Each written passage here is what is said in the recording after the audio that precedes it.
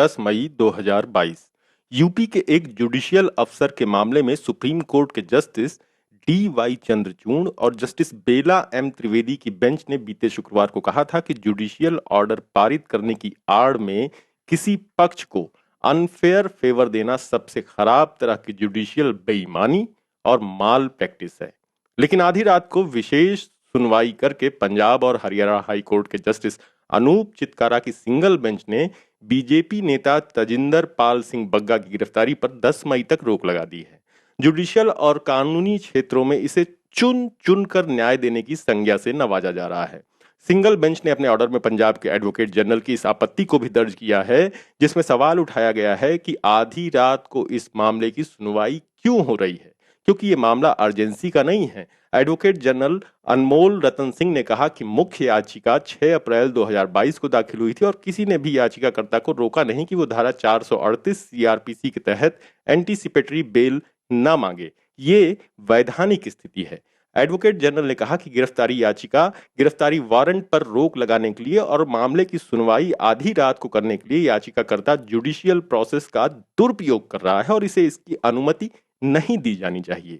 Single bench ने अपने order में कहा है कि तेजिंदर सिंह बग्गा की वकील रणदीप सिंह राय ने दलील दी है कि आधी रात को उन्होंने इसलिए कोर्ट को तकलीफ दी क्योंकि उनको डर है कि आज ही रात को गिरफ्तारी के वारंट को लागू कर दिया जाएगा। इस पर पंजाब के एडवोकेट जनरल ने कहा कि उन्हें इस बात का निर्देश दिया गया है कि सरकार गिरफ्तारी वारंट को 10 मई 2022 को 11 बजे तक लागू नहीं करेगी। दरअसल बग्गा ने शनिवार को पहले मोहाली कोर्ट द्वारा अपने खिलाफ जारी वारंट को चुनौती देते हुए हाई कोर्ट का दरवाजा खटखटाया था।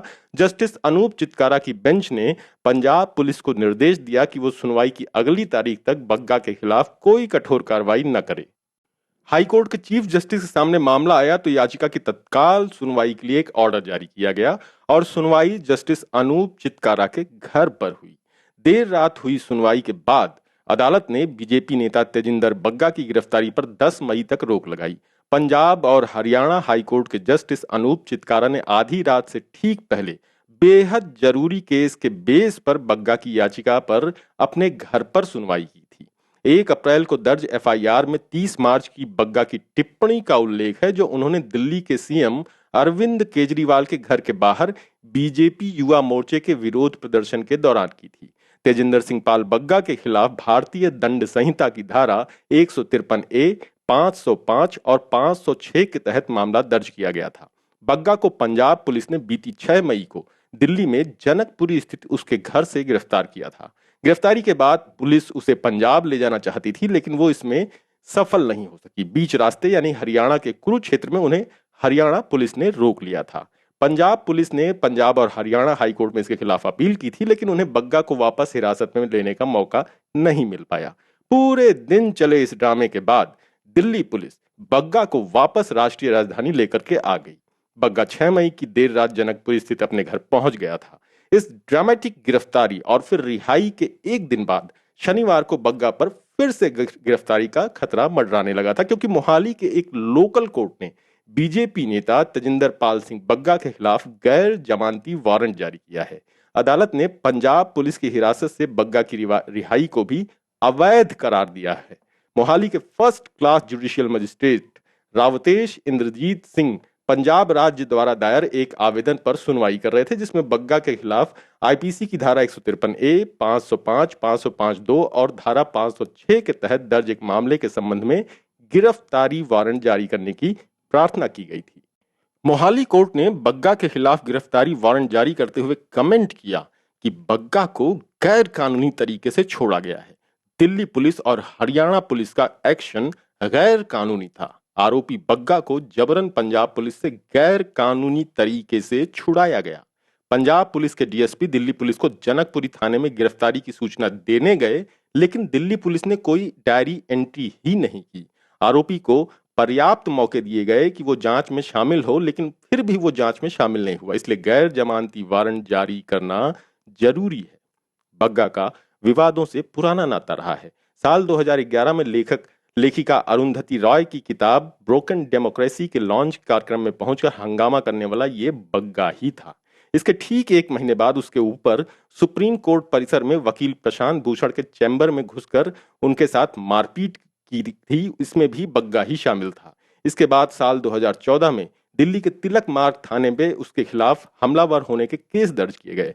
फिर साल 2018 में धार्मिक द्वेष फैलाने के मामले में भी बग्गा पर दिल्ली में केस दर्ज हुआ।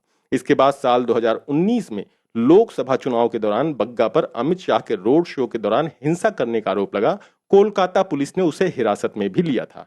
इसके बाद भी और पहले भी ऐसे कई मामले हैं जिसमें जहां बग्गा के बयानों से हिंसा भड़काने की बात कही जाती है। आए दिन उसके ट्वीट्स सुर्खियों की वजह बनते हैं। वैसे अदालत ने बग्गा के मामले में जैसा रंग दिखाया, अगर वो देश के लिए सालों पुराने सवालों का जवाब देने में उतनी ही इमरजेंसी दिखाए तो शायद देश का कुछ भला हो सकता है। 10 साल पुराने मामलों की फाइलें समेत जम्मू कश्मीर से अनुच्छेद 370, निकाह हलाला, सबरीमला और कई दूसरे मामले तो सुप्रीम कोर्ट में सुनवाई की बाट जो ही रहे हैं। हालांकि सुप्रीम कोर्ट जरूरत पड़ने पर दिन रात नहीं देखता और ना ही छुट्टी का दिन देखता है। अर्जेंसी के मामलों पर सुनवाई के लिए कोर्ट हमेशा तत्पर और अपने कर्तव्यों को लेकर के जागृत रहता है। 2005-6 में निठारी कांड, सन 1992 में अयोध्या विवाद, सन 2018 में कर्नाटक सरकार मामला, सन 1993 में याकूब मेनन फांसी मामले में शीर्ष कोर्ट ने आधी रात को सुनवाई की थी। निर्भया मामले में कोर्ट ने रात को 2:30 बजे सुनवाई की थी। इसके पहले भी 4 ऐसे मामले हुए जिसमें देश के सर्वोच्च न्यायालय ने आधी रात को सुनवाई की। अब पंजाब और हरियाणा हाई कोर्ट का नाम भी इसमें जुड़ गया है। कई मामलों में ऐसे एग्जाम्पल देखने को मिले हैं जब कोर्ट आधी रात या छुट्टी के दिन लगाई गई और मामले की पूरी सुनवाई भी हुई। दूसरे शब्दों में आधी रात हो या छुट्टी का दिन, कोर्ट लगाई जाती है और सुनवाई भी होती है। संविधान कहता है कि कानूनी महत्व के अहम सवालों को उठाने वाले मुकदमों की सुनवाई सुप्रीम कोर्ट की कम से कम 5 जजों की संविधान बेंच करेगी। सुप्रीम कोर्ट में इस वक्त कुल 551 मुकदमे संविधान बेंच में सुनवाई के इंतजार में लटके हैं, जिनमें 52 मुख्य मामले और 499 उसके साथ के जुड़े हुए मामले हैं, जिनमें से बहुत सारे मामले तो दसियों साल पुराने हैं।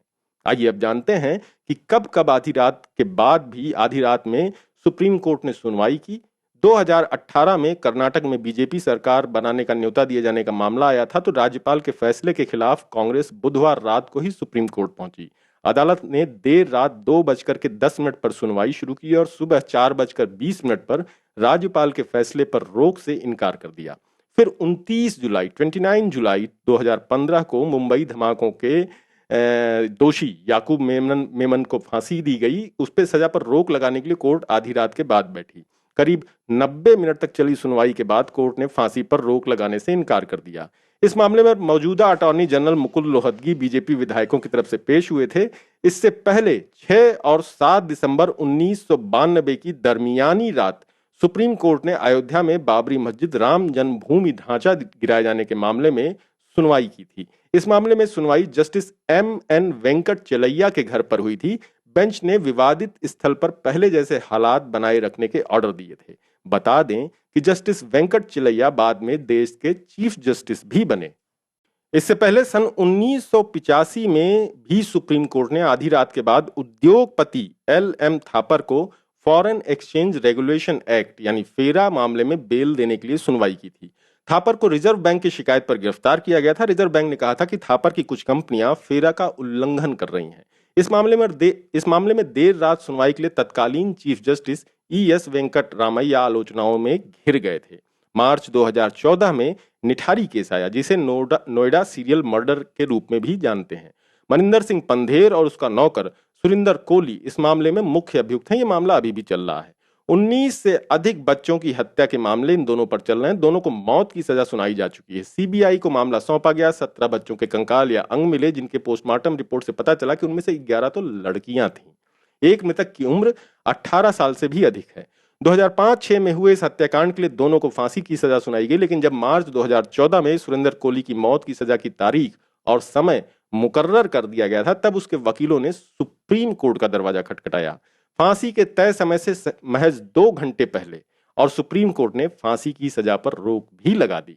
2014 में ही भारत सरकार बनाम शत्रुघ्न चौहान मामले में 16 दोषियों को मौत की सजा शाम 4 बजे सुनाई गई थी, लेकिन उससे एक रात पहले सुप्रीम कोर्ट के तत्कालीन चीफ जस्टिस पी सदाशिवम के घर तक वकील पहुंच गए थे। रात 11:30 बजे सुनवाई हुई और फांसी पर रोक लगी। इसी तरह अप्रैल 2014 में हत्या के दोषी मंगलाल बरेरा के लिए भी कोर्ट आधी रात में खुली थी।